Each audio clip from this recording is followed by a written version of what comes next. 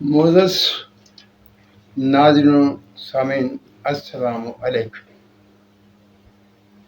آپ نے آج ذرا توجہ سے میری باتیں سننی ہے۔ اس سے پہلے والی جو ویڈیو تھی اس میں نے سوال کیا تھا کہ عید میلاد النبی معروف ہے یا نکر ہے۔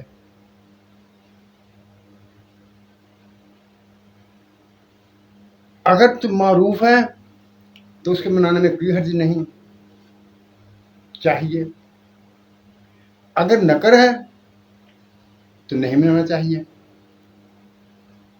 اگر آپ غور کریں گے تو آپ کا مسئلہ حل ہو جائے گا۔ جیسا میں نے کہا تھا، میں نہ تو قرآن شریف کی آیات پیش کر رہا ہوں، نہ احادیث مبارکہ، نہ بزرگان کے اقوال، میں صرف ان کی طے شدہ باتیں جو سب لوگ مانتے ہیں وہی آپ کے سامنے رکھ رہا ہوں اور اس سے نتائج حاصل کر کے اپنے سامنے رکھ دیتا ہوں۔ اور آج کی ویڈیو میں آپ کے سامنے یہ بات رکھنے لگا ہوں کہ ہماری 2 عیدیں ہیں یا زیادہ ہے۔ عید کسے کہتے ہیں؟ اور جو 2 عیدیں ہیں، ایک عید الفطر اور ایک عید الاضحیٰ، جسے عید بقرہ بھی کہتے ہیں۔ آج ہم نے یہ دیکھنا ہے عید الفطر کیوں منائی جاتی ہے اور عید الاضحیٰ کیوں منائی جاتی ہے، کیا ان کی وجہ ایک ہی ہے یا الگ الگ ہے؟ سب مسلمان جانتے ہیں عید الفطر رمضان کے ختم ہونے پر منائی جاتی ہے، اور تمام بزرگان دین یہ کہتے ہیں کہ کیونکہ ہم نے رمضان شریف کے روزے رکھے، اللہ تعالیٰ کی عبادت کی اور پوری ہمت سے کی، جس کے انعام کے طور پر اللہ تعالیٰ نے یہ دن ہمیں عطا کیا ہے کہ ہم عید الفطر منائیں اور اس کا شکرانہ ادا کریں۔ اگر عید الفطر کے لیے یہ بات ہے کہ ہم نے رمضان کے روزے رکھے، دن رات اللہ تعالیٰ کی عبادت میں لگے رہے اور اس کی حمد، اس کا شکر ادا کرتے رہے، جس کے نتیجے میں اللہ تعالیٰ نے ہمیں عید عطا کی، تو یہی بات ہم عید الاضحیٰ کے لیے دیکھتے ہیں کہ یہاں ہم نے کیا کیا ہے، جس کے نتیجے میں ہم عید الاضحیٰ منا رہے ہیں۔ کیونکہ پہلی عید الفطر بھی انعام کے طور پر تھی، خوشی کا دن تھا، اور یہاں بھی عید الاضحیٰ ہے جسے بڑی عید بھی کہتے ہیں، یہ بھی خوشی کا دن ہے، لیکن کس کام کی خوشی ہے، کس کام کے بدلے میں ہم خوشی منا رہے ہیں؟ جب یہ سوال کیا جائے گا تو ہمیں علماء کرام کیا بتائیں گے؟ حضرت ابراہیم علیہ السلام نے خواب دیکھا 8 ذی الحجہ کو کہ وہ اپنے بیٹے کو ذبح کر رہے ہیں، شک میں رہے۔ پھر 9 ذی الحجہ کو پھر خواب آیا، اس میں کلیئر ہو گیا، اور 10 ذی الحجہ کو حضرت ابراہیم علیہ السلام نے حضرت اسماعیل علیہ السلام کو قربان کرنے کی لٹا دیا۔ میں ذرا مختصر کر کے آپ کے سامنے بات رکھ رہا ہوں۔ تو اللہ تعالیٰ نے ان کی صدق ایمان اور ان کی مستقل مزاجی اور ان کی اطاعت کی انتہائی بلندیوں کی وجہ سے اس کا بدلہ ایک مینڈے کی شکل میں ذبح کروا دیا اور حضرت اسماعیل علیہ السلام کو بچا لیا۔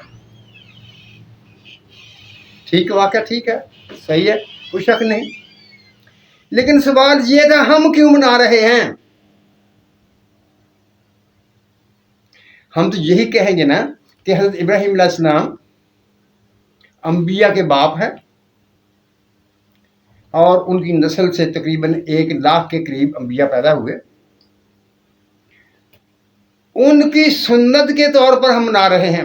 بھائی بات سن لیجئے،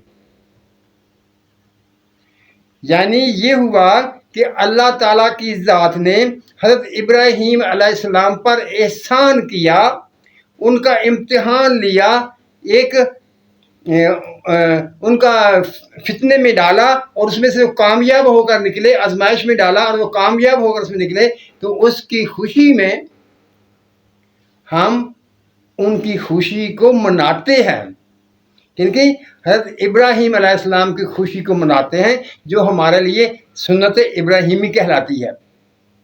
یعنی حضرت ابراہیم نے حضرت اسماعیل کو ذبح کرنا تھا، اس کے اللہ تعالیٰ نے حضرت اسماعیل کو بچا لیا اور ان کی جگہ میٹھا ذبح ہو گیا، اور اس بچانے پر اسماعیل علیہ السلام کو بچانے کی وجہ سے حضرت ابراہیم کا امتحان بھی پورا ہوا اور ان کے بیٹے کو ذبح بھی نہیں کرنا پڑا۔ اس خوشی میں انہوں نے، ان کی خوشی کی یاد میں ہم جو ہے بڑی عید منا رہے ہیں۔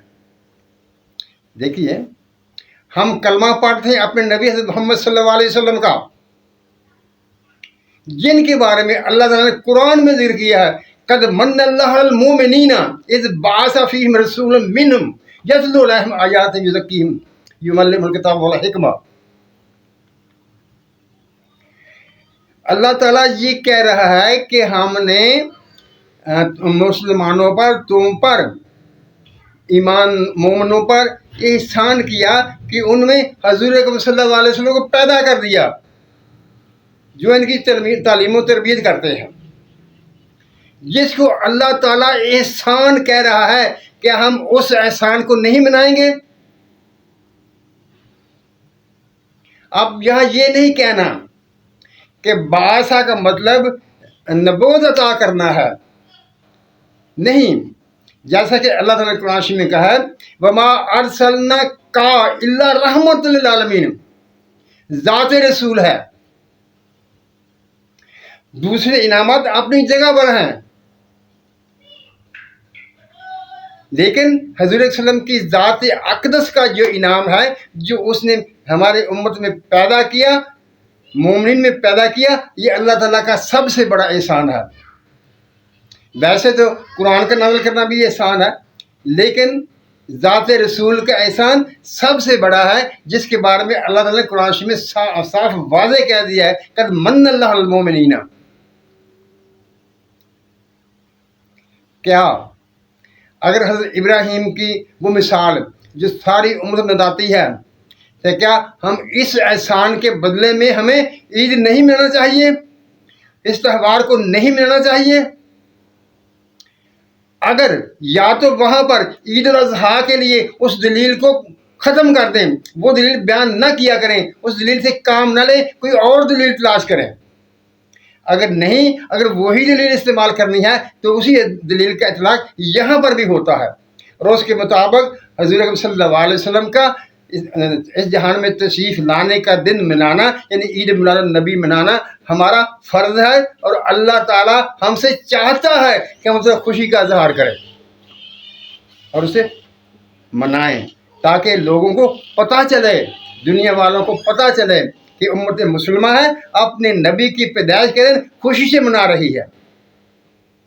معزز ناظرین سامعین،